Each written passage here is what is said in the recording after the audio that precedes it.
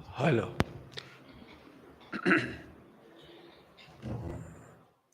जय श्री ओम नमः सिद्धाय ओम नमः सिद्धाय ओम नमः सिद्धाय। नमो अरिहन्ताणं नमो सिद्धाणं नमो आयिरियाणं नमो वज्रायाणं नमो लोये सबसाहूणम्।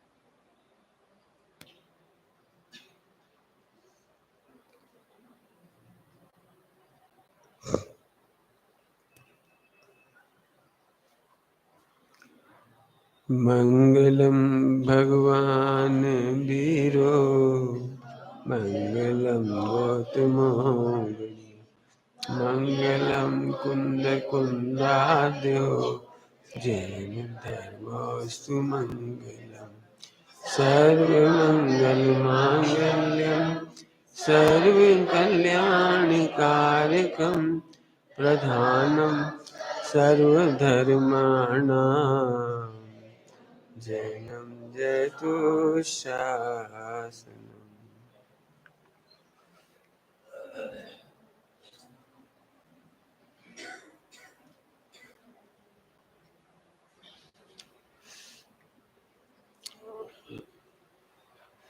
इस पूरे संवाद की कोई अच्छे MA PhD हो, वो उसका अध्ययन करें तो क्या क्या शिक्षा मिलेगी, वो उसकी जैसे होता है ना, चरित्र चित्रण कीजिए, कुंद कुंद का चरित्र चित्रण कीजिए, चरित्र की विशेषताएं बताइए। मैं यहाँ पे माता का हृदय बताना चाहता हूँ। माता को कितना विदुषी होना चाहिए, कितनी विदुषी होनी चाहिए, वो इसमें मालूम पड़ता है, उसके प्रश्नों से पता लगता है। माँ में कैसी करुणा होनी चाहिए, ये इन प्रश्नों से पता लगता है। माँ में कैसी भावुकता होती है, इन प्रश्नों से पता लगेगा आपको। माँ में मोह का उदय होने पर भी कैसी मिश्र धारा चलती है, इसका पता लगेगा। ये मैं खुद ही कह रहा हूँ, बाद में इसका अध्ययन करने लायक है। और ये इसलिए कह रहा हूँ, माँ बेटी को कितना तैयार कर देती कि 11 वर्ष में इतना निपुण हो गया। कितना निपुण हो गए, ये देखने लायक बात। माँ कितनी विदुषी होगी, कितनी स्वाध्यायी होगी, जब इतने हृदय से अंदर अंदर की बारीक बातें कर पा रही हो। जब अपनी संतान दीक्षा लेने जाए तो माता पिता को कितना अलर्ट होना चाहिए, ये देखने लायक। इमोशनल नहीं, बेटा चले जा, बेटा चढ़ जा बेटा सूली, भला करे भगवान माने माँ कितनी गंभीर होती है।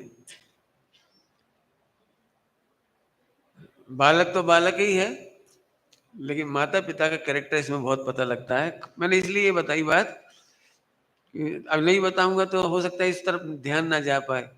माताओं को इतना स्वाध्याय करना चाहिए, तब वे बच्चे के शरीर का पालन कर पाएंगे और उसके आत्मा के हित का पोषण कर पाएंगे।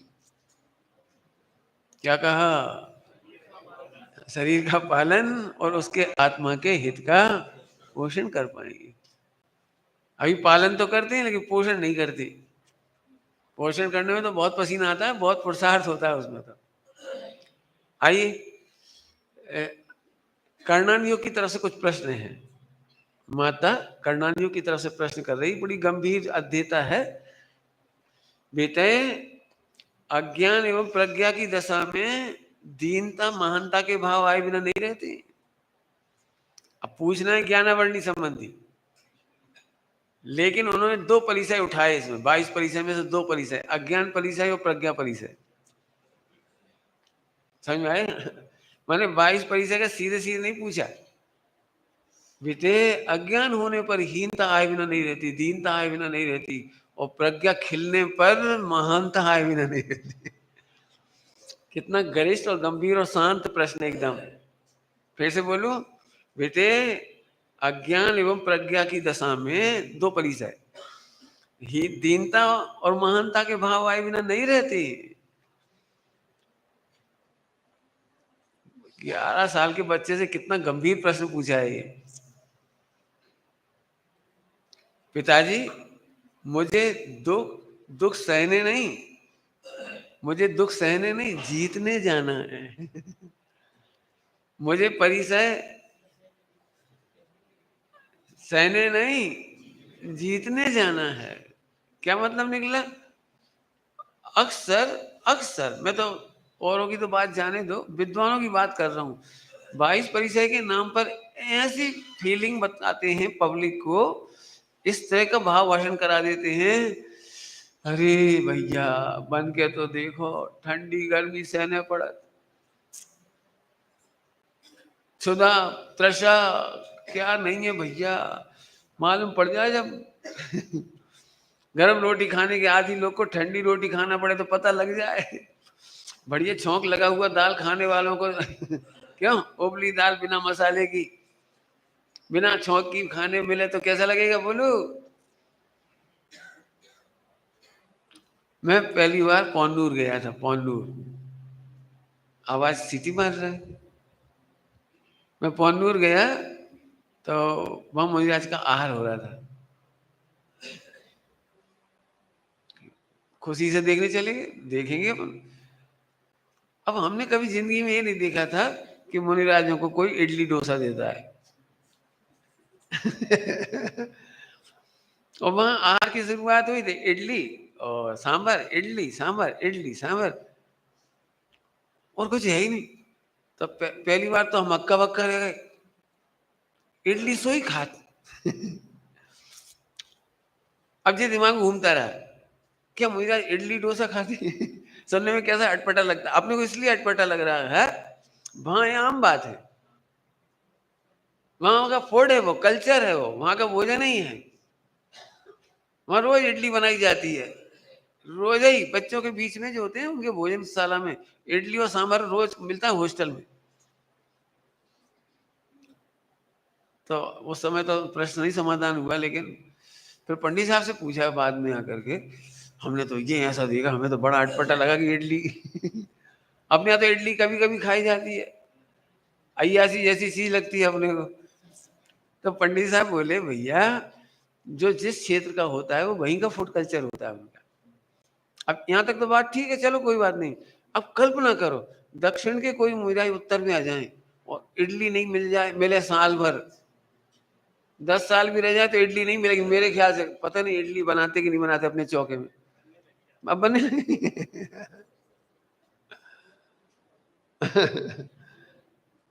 तो कल्पना करो जरा, भोजन की आदत कैसी थी और यहाँ का भोजन कैसा है। यहाँ के लोगों को वहां का भोजन, अब यहाँ के लोग यदि चटपटी सब्जियां खाते हैं तो उन्हें मीठी सब्जी खाना बड़ा कठिन हो गया। लेकिन गुजरात में जाओगे तो गुड़ में वो कड़ी में गुड़, दाल में गुड़, सब्जियों में गुड़। अब उसको कैसा लगेगा ये मुझे नहीं पता। मैं तो कुछ ये कहना चाह रहा हूँ बेटे, जब तुम भांत भांत में सारे देश में घूमोगे तो तुम्हें उसके भाव आए बिना नहीं रहेंगे। तो बालक ने क्या प्यारा उत्तर दिया एक लाइन में ही, पिताजी मैं दुख सहने नहीं, दुख जीतने जा रहा हूं। दक्षिण के भोजन का दुख जीतूंगा, उत्तर के भोजन का दुख जीतूंगा, सहूंगा नहीं। ठीक है भैया, मुनि बन गए तो ठंडो भोजन सह लेंगे, गर्मी सह लेंगे, 22 परीक्षा लगा ले, नग्नता सह लेंगे। अब क्या करें, नग्नता में ध्यान रखना वैसी कोई लज्जा वाली चीजें नहीं है। लज्जा वाली चीज से भी अनंत गुनी कष्ट है। 105 डिग्री बुखार हो, कप कपी वाला ठंड हो, और रजाई नहीं लेना, और ओले गिर रहे हो, और ठंडी ठंडी हवा चल रही हो ऊपर से। कभी आया ठंड वाला बुखार, कब कभी देने वाला बुखार? 2 रजाइयों के अंदर भी कब कभी लगती है, और खिड़की बंद कर देते, दरवाजा बंद कर देते, तो भी कब कभी लगती है। यहाँ तो हम कह रहे ऊपर से ठंड और बरसात और ओले। सुनो, ये है वो नग्नता परिचय। ऐसे एक नहीं, ऐसे 22 प्रश्नों में 22 परिचय के प्रश्न होंगे इसमें। तो पहले सुनो उत्तर। अतः निश्चिंत होकर इस मार्ग में विहार करने की अनुमति दो। और दीनता महानता तो अज्ञानता की निशानी है। क्या कह रहे? कम ज्ञान होने पर, जैसे परिपूर्ण आत्मा का ज्ञान नहीं है, अज्ञान, अज्ञान होने पर दीनता आए बिना नहीं रहेगी। और आत्मा का ज्ञान नहीं होने पर जरा प्रज्ञा खिल जाए, जरा ज्ञान बढ़ जाए, तो महानता आए बिना नहीं रहेगी। ध्यान रखना, शिवोपम के बढ़ने पर महानता आना ये निशानी है कि तुम आत्मा को नहीं जानते। शिवोपम घटने पर तुम्हें दीनता आती है, तो इसका मतलब है तुम्हें आत्मा का भान नहीं है। ठीक है, तो ज्ञानावर्णी कर्म के उदय में आत्मा बंध एवं दुख को प्राप्त नहीं होता। बहुत जोरदार पॉइंट है ये, बहुत जोरदार। मेरा बस चले तो ढिंडोरा पीट के सुनाऊंगी इसे। ज्ञानावर्णी के उदय में अज्ञान के उदय से बंद नहीं होता। तुम सबकी प्रॉब्लम सॉल्व हो जाएगी इसमें। कोई ब्रह्मचारी भैया उन्हें शिवोपम बिल्कुल ना हो तो भी उन्हें बंद नहीं होगा, मोक्ष हो जाएगा। कोई को बहुत शिवोपम हो, कोई बहुत प्रवचन कर सकते हैं, कोई बहुत लिख सकते हैं, कोई टीका बहुत कर सकते हैं, और कोई तो 2 वाक्य नहीं बोल सकते। ऐसी कंडीशन में भी यदि वो आत्मा को जानते हैं तो मोक्ष हो जाता है। अभी कितने लोग ऐसे होंगे, अज्ञानता है ना, इस पॉइंट का अज्ञान। कौन सा वाला? ज्ञानावर्णी कर्म के उदय में आत्मा बंध एवं दुख को प्राप्त नहीं होता। ज्ञानावर्णी कर्म का उदय समझते हो? उदय और शिवोपम का अंतर बोलोगे? बोलोगे उदय और शिवोपम का अंतर? ज्ञानावर्णी कर्म का उदय और शिवोपम।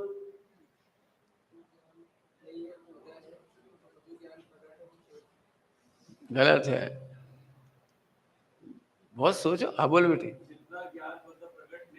हाँ, उदय बिल्कुल सही।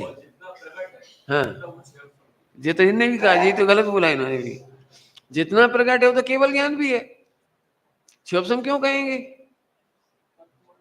अरे परिभाषा ऐसी बनाओ ना, तुम तो पंडित हो, शास्त्री हो, परिभाषा ऐसी बनाओ जो निर्दोष हो। कुछ ज्ञान होता है, इसका नाम शिवोपम ज्ञान। जितना नहीं जानते हैं वो ज्ञानावर्णी कर्म का उदय है। नहीं जानते, हो सकता है कोई सम्यक दृष्टि हो और ज्ञानावर्णी कर्म के उदय में उसे 14 गुणस्थान का भेद नहीं मालूम, 7 नरकों का भेद नहीं मालूम, 16 स्वर का भेद नहीं मालूम, 3 लोक की रचना नहीं मालूम, समय सारणी में कितने अध्याय ये नहीं मालूम, कितनी गाथाएं ये नहीं मालूम, टीकाकार कितने हुए, कौन कौन से हुए, कौन सी सती में हुए, नहीं मालूम। तो इससे कोई बंध का संबंध थोड़ी है, और दुख का भी संबंध नहीं है। अपन काय से परेशान होते हैं? क्यों? तुमसे बड़ा शिवोपम वाला विद्वान मिल जाए और प्रवचनकार मिल जाए, त्यागी मिल जाए, तुम झट दीन हो गए। तो दीन इसलिए हो गए क्योंकि तुम्हें लगता है जी बड़े धर्मात्मा, बड़े पुरुषार्थी, जी जल्दी मोक्ष चले जाएंगे। और अपन तो ये कहावत है, तो माथा मारा जिनवाणी में तो अभी नहीं आती। पंडित जी हम बहुत मेहनत कर रहे हैं कि हमारी बुद्धि खुल जाए, बुद्धि खुल जाए, बहुत मेहनत कर रहे हैं। हम ब्राह्मी बटी भी लेते, शंख पुष्प भी लेते और पप्पू क्यों फेल हो गए, हम नमक भी लेते हैं लेकिन बुद्धि नहीं खुली तो नहीं खुली। भैया तू बुद्धि के पीछे पड़ा है, ये मिथ्या है। बहुत बहुत बड़ा, इसी मैंने कहा बहुत जबरदस्त पॉइंट है। ज्ञानावर्णी कर्म का उदय होने पर कभी मत रो। हो सकता है मेरे उदय ऐसा आ जाए मैं सब भूल जाऊं, सब भूल जाऊं, उदय ऐसा हो जाए, कोई बात नहीं। आत्मा हूं बस, खत्म, मैं आत्मा हूं बस। ठीक है। अतः ज्ञान घटने बढ़ने से मोक्ष मार्ग में कोई प्रभाव ही नहीं पड़ता। लो अब सुनो, दूसरे त्यागी व्रतियों को भी ज्ञान से मत देखना। ए त्यागी इधर आ, तुम कभी जानत ना मानत। हाँ, उसको आत्मा देख के आदर करो। शिवोपम के बल पर आदर करना ये मिथ्या ज्ञान है। क्या कह रहे? शिवोपम के बल पर किसी का आदर करना या नहीं करना ये मिथ्यात्व है। सबको गले लगाओ, कम बुद्धि ज्यादा बुद्धि नहीं करना, बहुत नुकसान की बात है। नहीं तो आगे देखो, इसकी चिंता या महिमा का विकल्प ही ध्वस्त हो जाता है। ज्ञान घट रहा है कि बढ़ रहा है, इसकी महिमा का विकल्प ही ध्वस्त हो जाता है, चिंता ध्वस्त हो जाती है। समस्त ज्ञान का सार तो मात्र मैं आत्मा हूं, इतना ही तो है। देखो तुम सबको एक सरल दृष्टांत दे देता हूं, वैसे नहीं भी दूं लेकिन दे देता हूं सरल। बता भैया, वर्धमान तुमने एक आध मकान खरीदा कभी? नहीं खरीदा तो कोई बात नहीं, जिस घर में रह रहे हो उसकी रजिस्ट्री देखी है? देखी है? कितने पेज हैं उस रजिस्ट्री में? दो तीन नहीं, कंफर्म बोलो। 3 पेज। उन 3 पेज में क्या क्या लिखा है? पहली लाइन क्या लिखी है? अंतिम लाइन क्या लिखी है? फला में क्या लिखा है? क्या क्या शब्द लिखिए? नहीं याद है। ज्ञानावर्णी कर्म का उदय है, इसके बावजूद भी ये कंफर्म है कि मकान मेरा है। बताओ किसी को रजिस्ट्री याद हुई अपनी अपनी? तो चलो कितनी तारीख को रजिस्ट्री हुई थी यही बता दो, चलो छोड़ो। बोल भैया बोल, कौन बोलेगा? अपनी तो अपनी अपनी रजिस्ट्री याद करो, कितनी तारीख की रजिस्ट्री हुई थी? कितने सेकंड पे हुई थी? कितने मिनट कितने सेकंड पे हुई थी बताओ। पंडित जी हम दोपहर में गए थे, क्या पता 3 बजे थे, 4 4:30 बज गए हुई, फिर हम आके रोटी खाई। तो देखो याद नहीं है ना, इसका मतलब ज्ञानावर्णी कर्म का उदय होने से तकलीफ ही नहीं होती है। क्या क्यों? मकान कंफर्म मेरा है। कागज में क्या लिखा है हमें नहीं है यार, लेकिन कंफर्म मकान हमारा है। ऐसे ही 4 अनुयोग में क्या लिखा है मुझे नहीं मालूम, लेकिन मैं हूं, बस खत्म हो गई बात। इसलिए मुझे वो दीनता और महानता नहीं होगी, बराबर। अब एक प्रश्न पूरा हुआ ज्ञानावर्णी संबंधी, 2 परिचय की चर्चा है ज्ञानावर्णी में। अब दर्शनावर्णी और अंतराय कर्म के उदय में दुख कैसे सहोगे, इसके परिचय की चर्चा करती है। बेटे अदर्शन की दशा में बिना रिद्धि सिद्धि के समाज में कोई कीमत नहीं होती। रिद्धि सिद्धि वाले आ जाए, चमत्कार वाले आ जाए, कोई के सिर पे पीछी रखो और बाको ज्ञान खुल जाए, कोई के सिर पे पीछी रखो बाको मिर्गी ठीक हो जाए, कोई के सिर पे घुमा दो और फिर उसके घर में करोड़ रुपया आ जाए। यहाँ से साधुओं की बहुत कीमत होती है, सामान्य साधुओं को कौन पूछता है? समझ गए ना, ये तो प्रश्न करने का तरीका। तो क्या कह रहे हैं बेटे, अदर्शन की दशा में, अदर्शन माने रिद्धि सिद्धियों के नहीं होने पर कोई समाज में कीमत नहीं होती है। मार्ग योग विशुद्धि के अलाव में, आहा एक बड़ा प्यारा सा, मार्ग योग विशुद्धि के अलाव, एक अलाप परिचय है, एक अलाप परिचय है। तो क्या है अलाप परिचय? क्या होता है अलाप परिचय? अब ये तो स्थूल है? हाँ, विशुद्धि का अलाव। हाँ, वो अलाप नहीं है, वो तो वेदनी कर्म है। बाहर भोजन नहीं मिला, इसको अलाप नहीं कहते। बाहर में आहार नहीं मिला, कपड़े नहीं मिले, या जो सामान नहीं मिला, उसका नाम अलाव नहीं, ये तो सड़क छाप अलाव है। लेकिन समझा देते हैं ऐसे लोग, बेटा तुम्हें व्यापार में लाभ इसी नहीं हुआ। हाँ, क्यों नहीं होता? क्योंकि तुम्हारे लाभांतराय कर्म का उदय है। बिल्कुल झूठ है बात। लाभांतराय का उदय अनुदय तो आत्मा की सत्ता की चीज है, लेकिन ठीक है समझाने के लिए बाहर से कह देती है। बाकी इसका डिटेल में चले जाना, मैं भी करणानियों में ज्यादा नहीं जा रहा हूँ। मैं जीव विपाकी हो, कर्म विपाकी हो, वे सब बहुत लंबी चौड़ी चर्चा होगी, तो देख लेना। मुझे जो कहना है, बहुत प्यारा शब्द, क्या? भूमिका के योग्य विशुद्धि का अलाव। जैसे 3 कसाय चौकड़ी का प्रचुर स्व संवेदन नहीं हो पा रहा है, मुनि दशा तो ले लिए, मुनि दशा तो ले लिया, लेकिन वो विशुद्धि जो 3 कसाय चौकड़ी अभाव रूप, वो प्रचुर स्व संवेदन नहीं हो रहा है। बहुत बहुत दिनों में अनुभव हो रहा है आत्मा का। तो बोलो क्या करोगे? ठीक है, जीव दुखी रहता है, अलाभ में जीव दुखी रहता है। बेटे, बेटा बोला हाँ पिताजी। हाँ पिताश्री, यह भी किंचित मां दुख रूप नहीं है। ज्ञानावर्णी कर्म का उदय दुख रूप नहीं है। अब दर्शनावर्णी और दर्शन मोहिनी आदि है ना, और अंतरा है, ये सब एक साथ ले लेना। यह भी किंचित मात्र दुख रूप नहीं है, परंतु दुख का मूल कारण तो मोह है। मोह का मतलब बोलोगे? मोह का मतलब मैं आत्मा हूं ये भूल जाना दुख का कारण है। क्या बोला? मैं आत्मा हूं ये भूल जाना दुख का कारण है। मोह के बिना जीव मात्र आत्मा में संतुष्ट रहने से कभी दुखी नहीं होता है। क्या कहा हमने? मोह के बिना, जब मोह नहीं है तो जीव स्वभाव में संतुष्ट होने से, आत्मा में संतुष्ट होने से कभी दुखी नहीं होता। तुमने दीक्षा ले ली, आपको मैं बता ही देता हूँ प्रैक्टिकल, बहुत बहुत प्रैक्टिकल बता रहा हूँ। मेरे पास नए नए ब्रह्मचारी आते हैं तो उनके माता पिता को अच्छा लगता है, बुरा नहीं लगता उतना। लेकिन जैसे ही 10-25 साल बीत जाते हैं ना, तो उनमें से कुछ खिल जाते हैं, बढ़िया बढ़िया प्रवचन करने लगते हैं और कोई कोई तो नहीं कर पाते। तो उनके मम्मी पापा को लगता है कि हमारी किस्मत खराब है, हमरो मोड़ा ऐसा नहीं करो। 25 साल हो गए ब्रह्मचारी भाई, 50 साल को होगा इतना बड़ा, ये प्रवचन नहीं कर वो जाना। काय के लाजे रह रहे सुमत प्रकाश के पास। पॉइंट पकड़ में क्या वो क्या चाहती ये बिल्कुल मैंने प्रैक्टिकल कह रहा हूँ बात आपको। शुरू में हमारे ब्रह्मचारी भैया आते थे, वो कहते हमें प्रवचन करना ही नहीं, हमें तो केवल सीखना है। मैंने हमें तो अपनी आराधना करना है, कुछ नहीं करना। मेरा एक भैया तो ऐसा कहता था, मैं तो मूक केवली बनूंगा, खुश रहता था। लेकिन उसकी मम्मी यही कहती थी बार बार तुम प्रवचन ही नहीं कर पाते, तुम कब तक उनके अधीन रहोगे, कब तक जिंदगी भर प्रवचन सुनोगे, तुम्हें भी तो अपनों का जीव होने चाहिए। उन्हें ये सब रोग है समाज वालों में अब पूछ होती है, हाँ अब लगता है तुम कजी हुआ। क्यों? तुम्हारे गांव का ब्रह्मचारी 50 साल का हो जाए और गांव में आए एक प्रवचन ना करे तो सही बता ना, सब जने क्या सोचेंगे?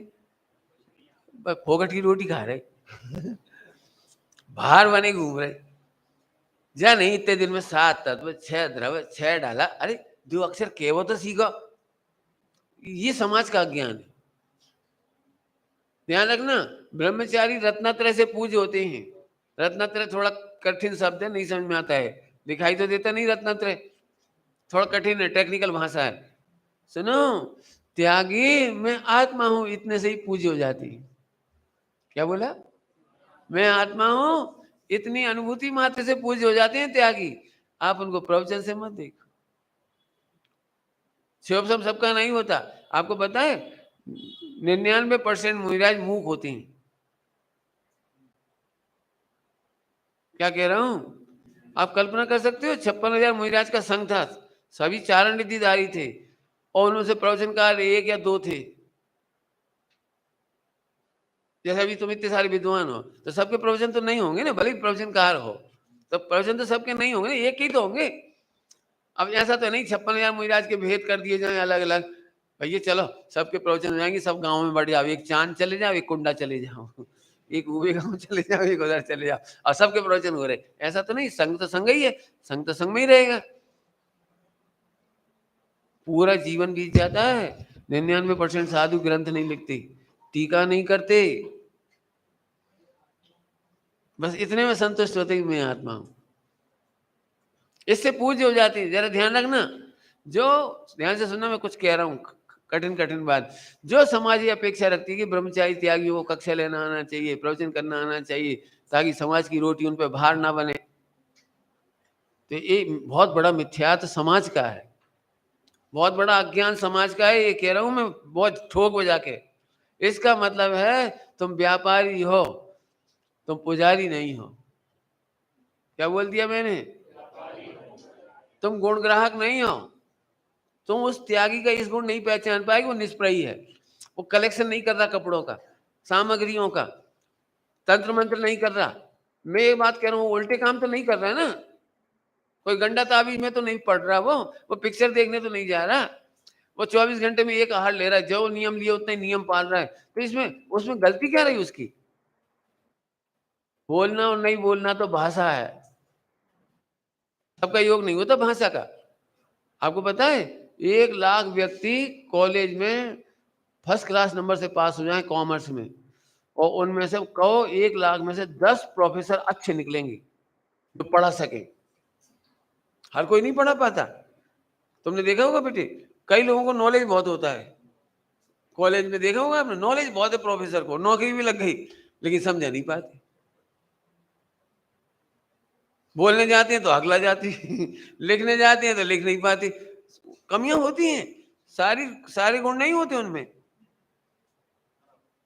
तो कोई 1 लाख में से 10 व्यक्ति अच्छे प्रोफेसर बन जाए, बहुत बड़ी बात है। अब मुनिराजों में लगाओ, जिस समय पढ़े लिखे नहीं होते थे नंबर 1, भील के भील, किसान के किसान, बिल्कुल साधारण लोग वो दीक्षा ले लेते थे। अपराधी दीक्षा ले लेते थे, अंगूठा छाप दीक्षा ले लेते थे, और रत्नत्रय से पूज्य हो जाते थे। कभी अपेक्षा नहीं करना कि तुम्हारे गांव में त्यागी आया है तो कुछ पढ़ाए लिखाए। पढ़ा दे तो शाबाश, लेकिन पढ़ाने के बल पर रोटी मत देना। रोटी तो उसके रत्नत्रय के बल पर देना। कुछ कह रहा हूं मैं, तीसरी चौथी बार कह रहा हूं, ध्यान से सुनना मैं क्या कहना चाह रहा हूं।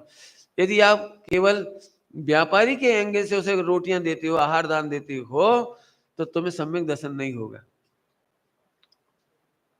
ये तो उसका पुण्य का होता है जो आपने उसे आहार करा दिया, लेकिन आपको पाप बंद हो रहा है, आप सम्यक दर्शन के अधिकारी नहीं होंगे। इसको कहते हैं निष्प्रयता पूर्वक दान दिया जाना। क्या कहा? थोड़ा बोलूं? एक शब्द सुना है, गुणीसु प्रमुदम। गुणेशु की गुणीसु? गुणीसु। देख लें तुम्हारे संस्कृत। गुणी जनों में प्रमोद, प्रमोद होना चाहिए। ठीक है, अब जरा ध्यान से सुनना। गुण कौन से? प्रश्न है, गुण कौन से? वो आत्मा में संतुष्ट है, ये उसका गुण है। वो लंपट नहीं है खाने पीने का, स्त्रियों को नहीं देखता, ये उसके गुण है चरणान योग से। वो पैसा इकट्ठा नहीं करता है, इस चरणान योग के गुण है। वो किसी से क्लेश नहीं करता, त्यागी व्रतियों में झगड़ा नहीं करता, समाज में विसंवाद नहीं फैलाता, समाज को लड़ाता नहीं है। ये उसके गुण है चरणान योग से। और द्रव्यान योग से कौन सा गुण है? मैं आत्मा हूं, इसमें संतुष्ट होता है। सुनो, ये गुणों से प्रमोद करो आप। हम हम अब मैं फिर बोल रहा हूं, हम गुणेशु प्रमोदम नहीं करते, हम लाभेशु प्रमोदम करते हैं। मुझे इतने निमंत्रण क्यों मिलते हैं पता? पूरे देश में, आज से नहीं, पहले से ही। क्यों मिलते निमंत्रण? मुझे मुझे समाज में अभी भी कोई आता है ना, पंडित जी आपकी बहुत जरूरत है हमारे बच्चों को। मैं कभी नहीं आऊंगा, मैं, तुम्हें तो जरूरत ही नहीं है, तुम तो सम्यक दृष्टि हो गई, तुम्हारा तो कल्याण ही होगा। नहीं नहीं पंडित जी, आपकी शैली बहुत अच्छी है, हमारी मौनियाँ बच जात इंटर कास्ट से, और लड़का ऐसे सुधर जात, तो आप आ जाओगे तो बहुत सुधर जाए। हमें हमारा मोड़ा, हमारा नाती वो मोबाइल के बिना रोटी नहीं खात, बस तुम जा कुछ कह दियो तो हम कि तुम मोड़ा मोड़ी पैदा करो, हम सुधारें। बिल्कुल साफ कह देता हूं मैं, बिल्कुल साफ। जो व्यक्ति ये कहता है समाज के लिए जरूरत है, आपकी बच्चों के लिए जरूरत है, बच्चियों के लिए जरूरत है, मैं कहता हूं मैं कभी नहीं आऊंगा। इसका मतलब आप लाभ इस प्रमोद हमें एक टाइम खिलाओ, 4 रोटी कितनी सस्ती बताओ, 4 रोटी खिलाओ, और जाते जाते कह दो प्रशंसा, जो कहना हो सो तुम्हें कहना हो सो, और दे रहा तो 10-5 हजार। नहीं, ये व्यापार है, व्यापार कह रहा हूं, व्यापार। लाभेशु प्रमोदम नहीं, गुणेशु प्रमोदम। लाभेशु प्रमोदम में क्या नुकसान है कि तुम सम्यक दर्शन के अधिकारी नहीं होगे, तुम्हें मोहिनी का बंद हो रहा है। इसलिए एक खतरनाक पॉइंट है, खूब विचार करना भैया। मुझे कोई भी ये कहेगा कि हमें, जैसे अब मैं आता हूँ, अभी मैंने छूट नहीं दी, नहीं तो मेरे कमरे में भीड़ लगी होती डायबिटीज वालों की। और मुझे दुख रहे, ओ पंडित जी आप तो दयालु हो। हम दयालु हैं तो इकट्ठे दयालु हैं, एक एक के दयालु नहीं। एक एक की नहीं सुनूंगा, मैं सुन ही नहीं रहा हूं, सुनूंगा तो मैं पागल हो जाऊंगा। फिर तो सुबह से शाम रात तक भी लोग आते ही रहेंगे। मेरा बहुत स्पष्ट मत है, मैंने परसों रात को 2 मिनट में बता दिया था। उसमें एक लाइन और रह गई थी, मूल लाइन तो यही है कि जैन चरणानियों का पालन करोगे आप, तो जैन चरणानियों क्या है आप पढ़ के देख लो। सप्त व्यसन का त्याग करोगे, स्वस्थ रहोगे। सप्त व्यसन में नशा भी आता है, नशा को एडिक्शन कहते हैं, व्यसन को एडिक्शन कहते हैं। तो जो मोबाइल का भी एडिक्शन है उसमें, यदि आप मोबाइल लैपटॉप से लगे रहोगे तो हम गारंटी दे रहे हैं आपको कोई 3 लोग में स्वस्थ नहीं कर पाएगा। आप मोबाइल उससे भी बच के रहो। बाकी ये खाना पीने के नशे हैं ये तो अलग ही। तो बस जैन चरणारियों में है क्या? दिन में भोजन करो, पानी छान के पियो, क्रोध मान माया लोभ मत करो, स्थूल स्थूल 5 पाप मत करो, निपट गया। आप मेरी किताब पढ़ोगे ना जैनोपैथी की, उसमें लिखा कुछ नहीं है, यही लिखा है और कुछ नहीं लिखा। मैंने कल बोला था, क्या बोला था, लोग औषधि के गुण ढूंढते रहते हैं सर्च करने के लिए। वो आजकल उसमें ढूंढते रहते हैं हल्दी के गुण क्या है, एक क्लिक पर आ जाता है हल्दी के गुण, कैंसर में काम आती है, बड़े खुश होते हैं, झट अनंत भक्ति छोड़ के हल्दी भक्ति शुरू।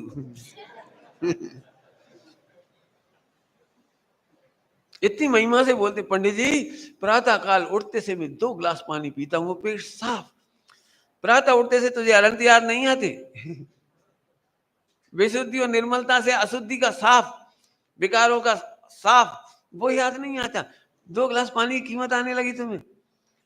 मैंने कहा लिख लो, 2 गिलास पानी ही तुम्हारी बीमारी की जड़ बनेगा। जिनके चित्त में अनंत भक्ति नहीं है उन्हें वो 2 गिलास पानी भी बीमारी की जड़ बनेगा। ना हो तो नोट कर लो ये बात। तो लाभेशु प्रमोदम नहीं, गुणेशु प्रमोदम की बात समझ में आया? चलो मैं आगे पढ़ता हूं। यह भी किंचित मात्र दुख रूप नहीं है, परंतु दुख का मूल कारण तो मोह है। मोह के बिना जीव मात्र आत्मा में संतुष्ट रहने से कभी दुखी नहीं होता। योग्य पंच समवाय में योग्य समय पर योग्य विशुद्धि शुद्ध पर्याय स्वतः प्राप्त होती ही है। तो फिर चिंता कैसी? चिंता का है कि शुद्ध पर्याय, निर्मल पर्याय, रिद्धि सिद्धि प्रगट योग्य समय पर होती ही है। होती है तो हमारे काम की तो होती नहीं। क्या कह रहे हैं हम? 63 कल पढ़ के सुनाया था आपको, याद हो तो। ये रिद्धि हमारे किसी काम की नहीं है। हो तो कोई काम की नहीं है। तो चिंता कैसी? सुख का कारण रिद्धि सिद्धि नहीं, आत्मा है जो मुझे सदा हर समय सुख का कारण है। अब जो आत्मा को नहीं जानते वे रिद्धि सिद्धि की ओर देखते रहते हैं, तंत्र मंत्र की ओर देख। आपको पता है दिगंबर आमनाय में कोई मुनिराज तंत्र मंत्रवादी नहीं होते। क्यों नहीं होते? वो आत्मा का अनुभव करने से सुखी होते हैं, तंत्र के सद्भाव में सुखी नहीं होते और मंत्र के अभाव में दुखी नहीं होते। जल्दी कह गए हम। और जो आत्मा को नहीं जानते ऐसे लोग, नाम में नहीं लूंगा, 13 पंथ आमनाय से बाहर हो जाते हैं। फिर में भट्टारक भी कहला सकते हैं, तांत्रिक मांत्रिक। भट्टारक युग से तंत्र मंत्र चालू हुआ। मैं एक बहुत अच्छी बात कहूँ आपको, मुझे याद आ रही तारण स्वामी की महिमा में। लगभग भट्टारकों के समय में ही तारण स्वामी हुए। लगभग क्या समय समय है। आप कितने खुश होगे नाचोगे इस बात से। जिस समय मूल दिगंबर 13 पंथ आमना है, 13 पंथ तो नाम बाद में आया, 450 साल 400 साल बाद पहले, लेकिन उस समय 13 पंथ नाम नहीं है, दिगंबर आमनाय समझ लो।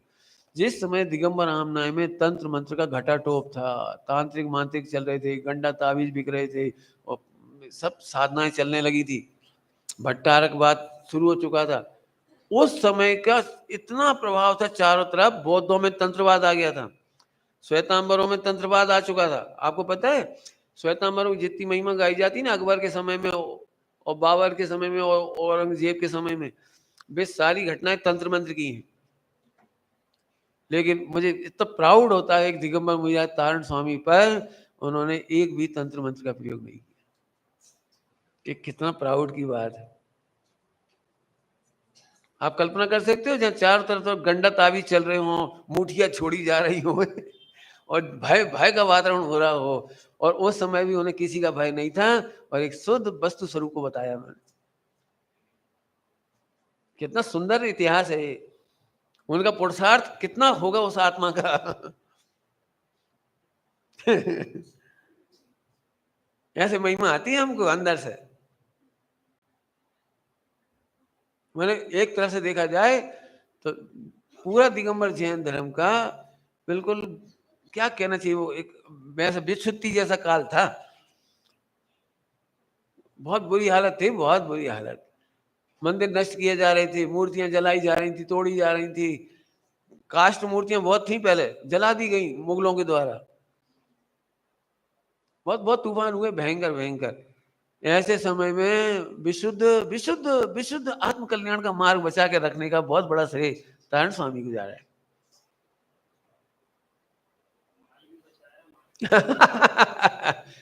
बहुत बढ़िया, अच्छी भाषा बोल रहा है वर्तमान। माल भी बचाया और मार्केट भी बचाया। बचाया ही नहीं, बनाया। नया मार्केट खड़ा किया। उन्होंने उनमें से थोड़ी मिले उन्हें। यदि तारण पंथ में जितने लोग समाज में आए, उसका 5% मूल दिगंबर होंगे, बाकी 95% तो वे ही हैं सारे के सारे। तो मार्केट बनाया है। बहुत गजब काम हुआ। चलो आगे विचार करना भाई। अतः मुझे अदर्शन अलाव की चिंता, अदर्शन और अलाव आदि की चिंता कभी उत्पन्न नहीं होगी। ये सारे इस क्या नाम, दर्शनावरणी अंतराय संबंधी परिसरों की चर्चा कर ली इसमें। अब चारित मोहिनी के परिसर। बेटे अब इसमें प्रश्न बड़ा है, उत्तर छोटा है, क्योंकि प्रश्न समझाना जरूरी है। चारित मोहिनी संबंधी परिसर। बेटे मोहिनी दशा अर्थात नग्नता का आवरण करने का भाव तक उत्पन्न ना होना। मोहिनी की परिभाषा बोलो। कपड़े नहीं पहनना नहीं लिखा, कपड़ा नहीं पहनना ये नहीं लिखा, कपड़े त्यागना ये नहीं लिखा। क्या लिखा, ध्यान से सुनो बेटे। मुनि दशा अर्थात नग्नता का आवरण करने का भाव तक उत्पन्न ना होना। नग्नता का आवरण, समझ में कुछ नहीं आया होगा अभी आपको। आपको पता है कई बार मुनिराजों को राष्ट्रपति आए या कोई बड़ा प्रधान, बड़ा अन्य मतावलंबी साधु आए, बड़ा फेमस, तो वे अपनी पीछे से अपना लिंग ऐसे ढाक लेते, ऐसे खड़े हो जाएंगे ऐसे। जे है आपने नग्नता का आवरण कर लिया।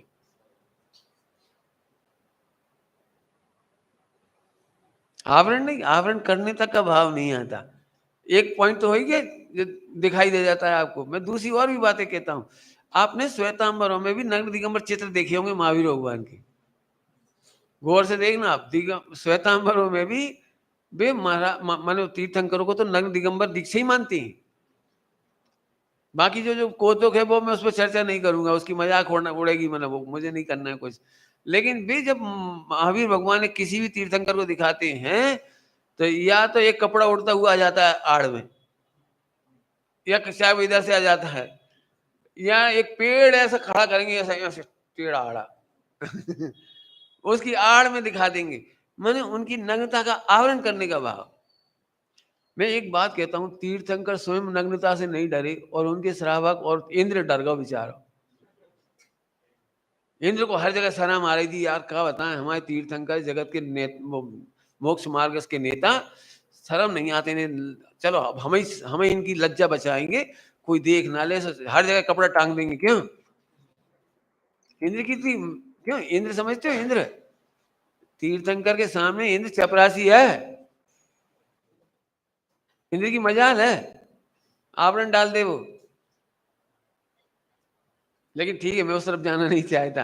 मुझे तो ये कहना है, नग्नता का आवरण करने का भाव नहीं आता। तीसरा, बहुत ठंड पड़ने पर भी रजाई याद नहीं आती, इसका नाम मुनि दशा। याद है, ठंड लगने पर, बीमारी होने पर, बुखार आने पर रजाई ओढ़ने का भाव नहीं कह रहा हूं, रजाई याद।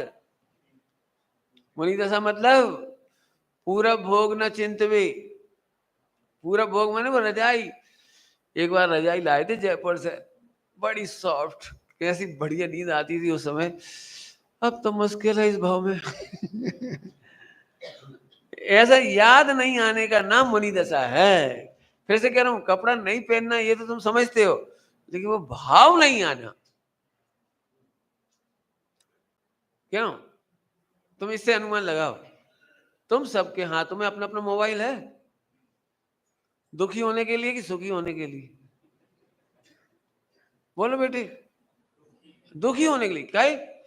जैसे ही दूसरे के हाथ में अपने मोबाइल से अच्छा मोबाइल देखते हैं, 25,000 का, 40,000 का, 60,000 का, और उसके जब वो देखते हैं ना क्या क्या होते, जो कुछ क्या होते फंक्शन, क्या क्या है, फीचर फीचर, उसकी फीचर, तब आप ऐसे दीन हो जाते हो,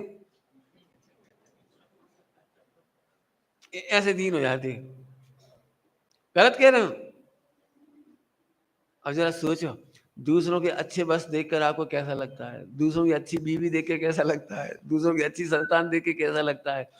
अभी सुनो, मुनिराज को भी वे सब पता है और तुम सबको रोज देखते हैं और उन्हें भाव नहीं आता। इसका नाम मुनि दशा है।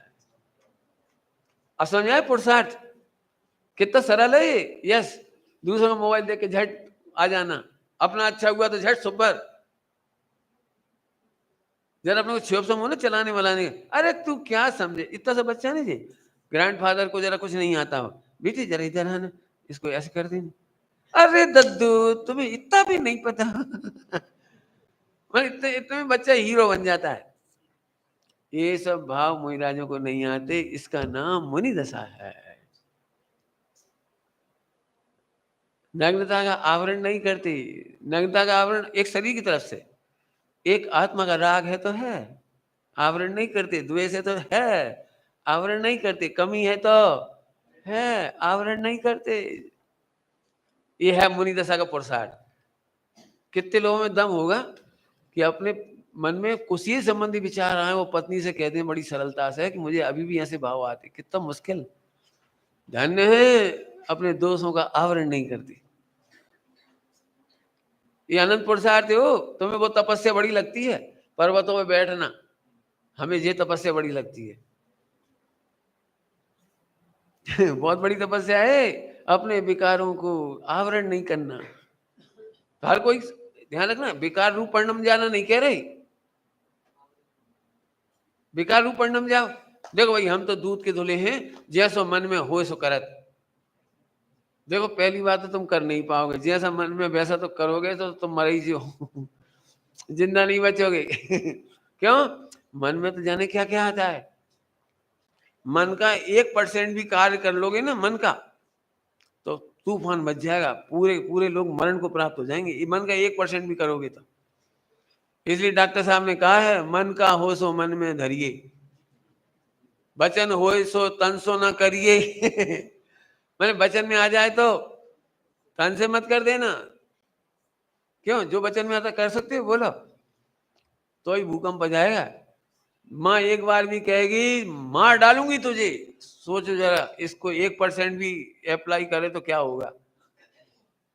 आज तेरी हड्डी पसली नहीं तोड़ी तो मेरा नाम नहीं। सोचो यदि अम्मा ने 1% भी तोड़ी होती तो क्या होता। एक आध अंग साबित बचता तुम्हारा। बेटा पूरा नहीं मार रही है तो 1% तो मारूंगी, तेरी इतनी उंगली काट के अलग, मैं इतनी मार डाल रहे हो खा के। क्यों? तो 1% कटते तो क्या होता अभी तक। हाँ हाँ, वचन में भी जो आए सो मत करिए। ठीक, तो अब आइए अपन वापस चलते। मुनिराजों की मुनि दशा किसका नाम। आगे बहुत सुंदर सुंदर, देखो फिर से पढ़ूं, बहुत सुंदर लाइन है। थोड़ी सुबह सुबह है तो पच जाएगी, शाम को इतनी पचना, थोड़ा थके होते हैं ना शाम को, तो अभी अभी तो अपन सोच सकते। आज घड़ी नहीं है हमारे पास लोग, हाँ भाई ये घड़ी बता देना। हाँ भाई घड़ी कहाँ से रखा गया है, कोई देखी? 8 ही मिनट है। चलो तो हम जल्दी जल्दी पढ़ दे रहे, क्योंकि शाम को तो दीक्षा दिलाना चाहे कछु हो जाए।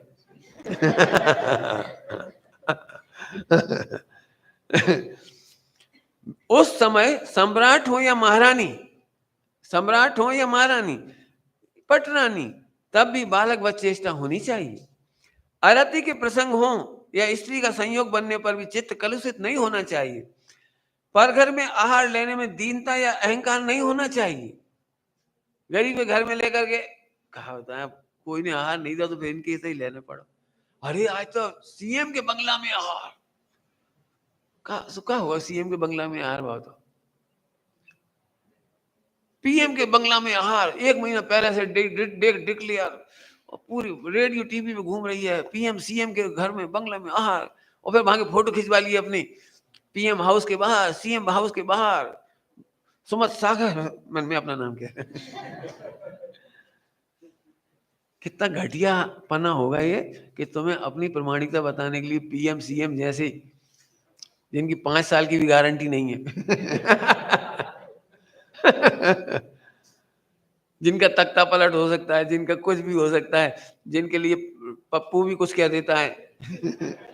मैंने कोई किसी के बारे में कुछ भी कह देता है, बहन जी कुछ कह देती हैं, ममता बनर्जी, क्या क्या है, क्या स्थिति है? निर्दोष अरन सिद्ध भगवान की प्रामाणिकता छोड़ के, तुम्हें पता है अभी तक 78 सांसद मेरे पास आ चुके हैं आशीर्वाद लेने, उनमें से 25 पास हो गए, मतलब क्या कहलाता, जीत गए। तो क्या कह रहे हो तुम, 78 में से 25 ही जीत पाए? नहीं समझा क्या कह रहे? तो तुम क्या क्या कहना चाह रहे हो? तुम फेल हो गए जी। और लगभग 150-200 विधायक चक्कर खाते हैं मेरे। क्या जी, क्या होता है जी? मैंने तो एक पंक्ति की मैंने वो कल्पना की थी जो बहुत पहले से सुना रखी है आपको। सिद्ध ही होंगे चारों ओर। जरा कल्पना करो, मैं जब मुनि होऊंगा वो विधायक होंगे चारों ओर, सांसद होंगे चारों ओर। आपको पता है कोई भी व्यक्ति यदि आत्म कल्याण नहीं करना चाहता है तो अपने पापों की रक्षा के लिए चारों तरफ घूमता है, पाप मिटाने के लिए नहीं घूमता। कुछ जल्दी कह गए हम? वोट बैंक के चक्कर में घूमेगा आपके पास ताकि मैं सांसद विधायक बनाऊं तो मेरा करोड़ों रुपए का कारोबार चलता रहे, मेरे गलत कारनामे चलते रहे। तो क्यों, कौन आया तुम्हारे पास तुम्हारे चारों ओर? कभी नहीं, कभी नहीं सोचना। ब्रह्मचारी की हैसियत से भी मत सोचना। सादा कपड़ा पहने अपन अपने कुटिया में बैठे रहो, कोई मतलब नहीं। सब विधायक आ गए तो अपन क्यों खड़े हो? सांसद आ गए अपन क्यों खड़े हो? हमें कौन सी जमीन जायदाद चाहिए?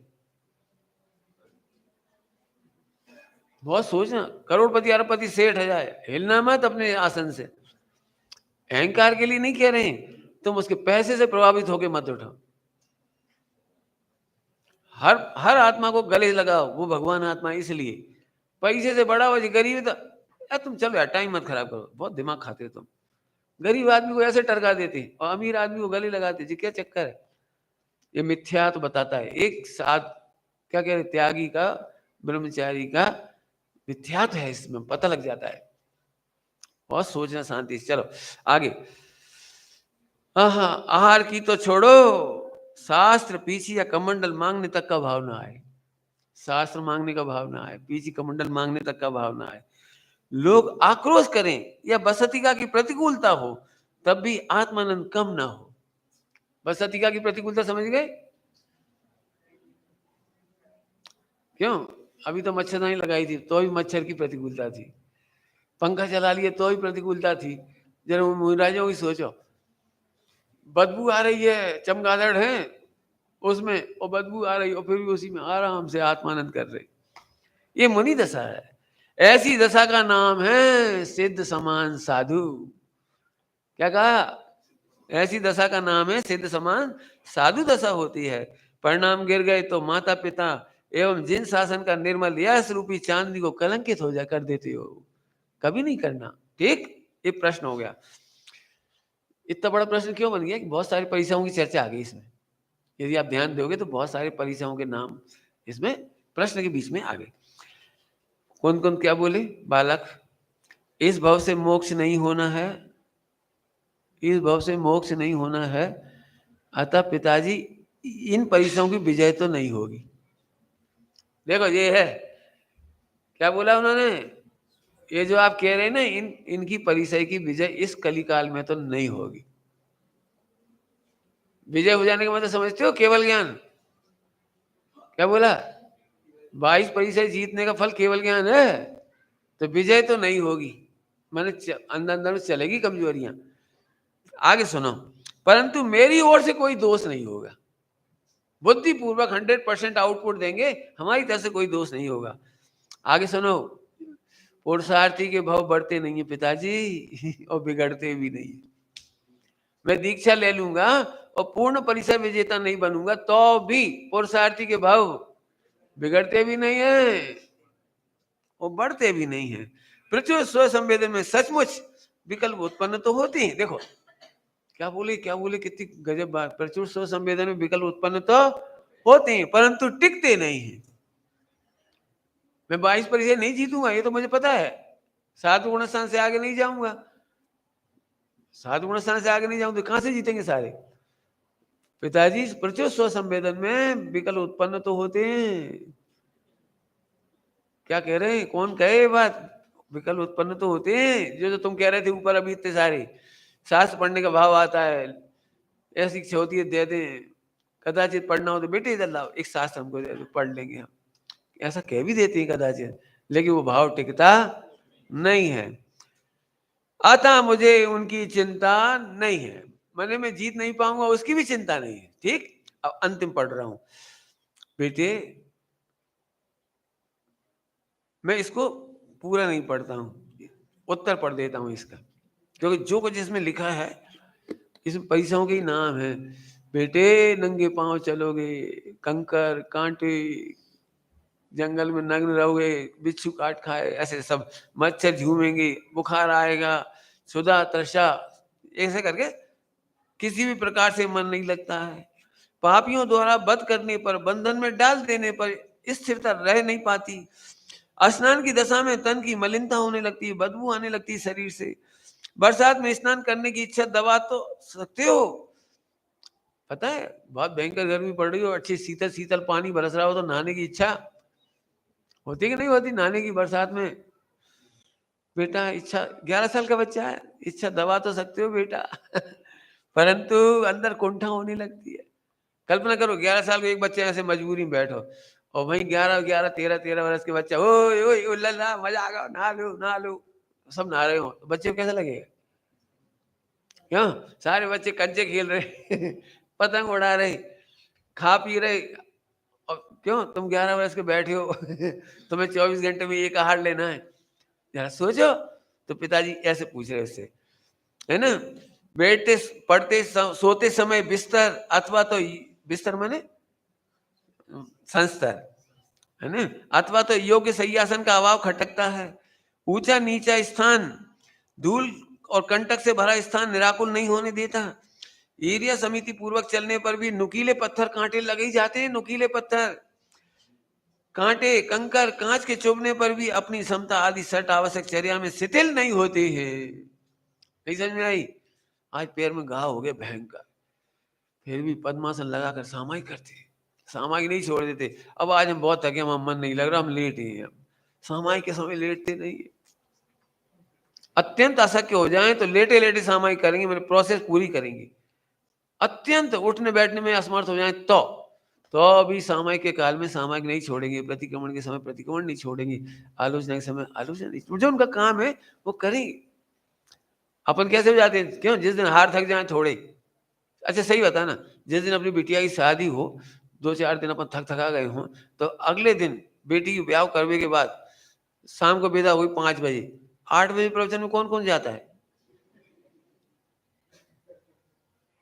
चलो आज 8 बजे रात को मत जाओ प्रवचन करने, बारात तो चलेगी, मेहमान भी चलेगी। अगले दिन सुबह सुबह प्रक्षाल के लिए कौन जाता है?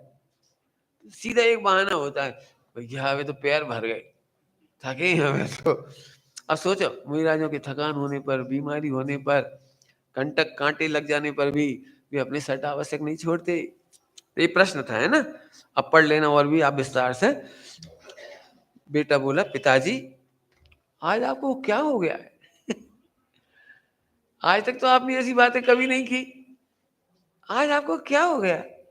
आज तक जिस मार्ग को आपने मुझे सहज सरल समझाया था, 22 परिचय सहज है, सरल है, 11 साल की उम्र तक तो आप यही समझाते रहे, और आज मैं जब सरल और सहज जानकर जा रहा हूं तो आज क्या हो गया आपको? आज जानने न जाने क्यों कठिन कह रहे हैं। जिस पंथ से अनंत ज्ञानी मोक्ष मार्ग में चलकर मोक्ष पहुंचे, अनंत ज्ञानी मोक्ष पहुंचे, क्या वो कठिन हो सकता है? और निगोज जाने का रास्ता सरल हो सकता है? क्यों? निगोज जाने वाला रास्ता कठिन सरल होगा? निगोज जाने का रास्ता तो इससे भी अनंत गुना कठिन है। यदि मोक्ष जाने का मार्ग तुम कठिन कह भी रहे हो, तो इससे अनंत गुना कठिन है निगोज जाने का रास्ता। वहां मात्र परवश होगा जीव भुगतता है। क्या कह रहे? 4 गति में जीव दुख मजबूरी में भुगतता है, और यह मैं आत्मा के आशय से जीतूंगा। अंतर समझ में आया? त्रियंच गति में भी भूख प्यास को सह लेती है मजबूरी में, बद बंधन को सह लेते हैं, बूचड़ खाने में कट जाते हैं जानवर, मजबूरी में तो सब दुख सह लेते हैं, लेकिन मैं तो आत्मा के आश्रय से इन्हें जीतूंगा। ठीक है।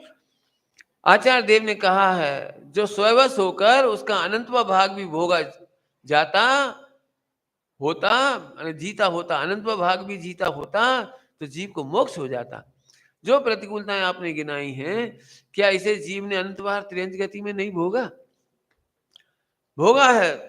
तब तो फिर स्व संवेदन के बल पर वेदनी कर्म का अंत करना ही एकमात्र उपाय है। क्या करना है? क्या? वेदनी कर्म का अंत करना ही एकमात्र उपाय। समझा देता हूं, बात पूरी हो गई है। समझना इसको। अपन क्या सोचते हैं, नंगे पांव चलेंगे और पैर में कांटे लग गए तो रहने दो, अपन नहीं बन रहे मुनि। ठीक, चलो मुनि बनने से तो बच जाओगे, लेकिन फिर मोक्ष नहीं जाओगे तो फिर कहां जाओगे जी बताओ। ठीक है, एक आध बार स्वर्ग चले जाओगे, फिर बोलो, फिर त्रियंज गति में तो जूता चप्पल नहीं मिलेंगे अनंत बार। नरक गति में तो सीधे धड़ाधड़ है। अभी तो पैर में कांटे चुभने के डर से तुम भग आए घर में कायर होकर के। नरक में क्या करोगे? अभी तो जरा सा एसी कूलर पंखा के बहाने से तुम आ गए कायर होकर के। नरक में तो एसी की व्यवस्था ही नहीं है। नरक में तो कूलर की, क्यों भाई? तुम्हारे पास पैसा बहुत हो तो कूलर ले जाओगे नरक में? हाँ, ले जाइए, एक आइसक्रीम ले जाइए दुखा के। मतलब क्या करोगे यार? हाँ, निवोच जाने का कष्ट मार्ग तो और भी अनंत गुना कष्ट कर है। एक ही रास्ता है, चाहे कुछ हो जाए, ज्यादा से ज्यादा यदि कष्ट होंगे तो शरीर तक आएंगे, मुझ आत्मा तक तो केवल आनंद आनंद आनंद आएगा। और इस आनंद के बल पर देह संबंधी जो वेदनी कर्म है वो नष्ट होगा, तो फिर देह को भी प्रतिकूलताएं नहीं होंगी। एक ही रास्ता है। इसलिए पिताजी अब तो हमें आज्ञा दो। ठीक है, अब आज्ञा शाम को दे देंगे पर विचार करिए। चलिए आइए, कोई सूचना देना है? आ जाइए। सहजानंद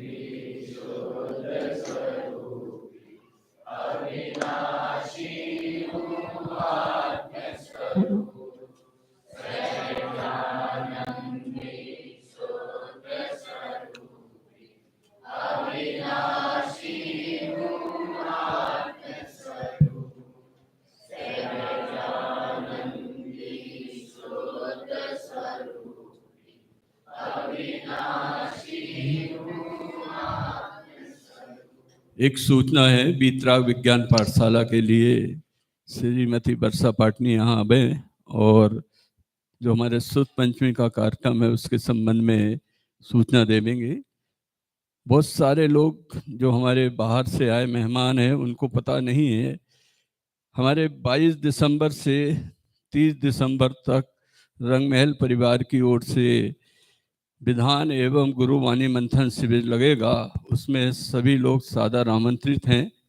बहुत सारे लोगों ने अभी इस बीतराग भवन की ऊपर की छत, ऊपर की मंजिल नहीं देखी है, उनको पता ही नहीं है कितना बन गया है और कितना बनना बाकी है, और उसको पूरा करना हमारा कर्तव्य है। इसलिए हमारे बाबू भाई ने एक सूचना लिखी बोर्ड पे कि स्वयं अवलोकन करें बीतराग भवन का और अपनी इच्छा के अनुसार दान देवें। तो मैं उसी बात को दोहराता हूँ कि आप लोग अवलोकन करें इस भवन का कि क्या कमी आपको नज़र आ रही है, और इसको पूरा करना हमारा कर्तव्य है। इस सोचकर अपना मन अपना भाव बनावे।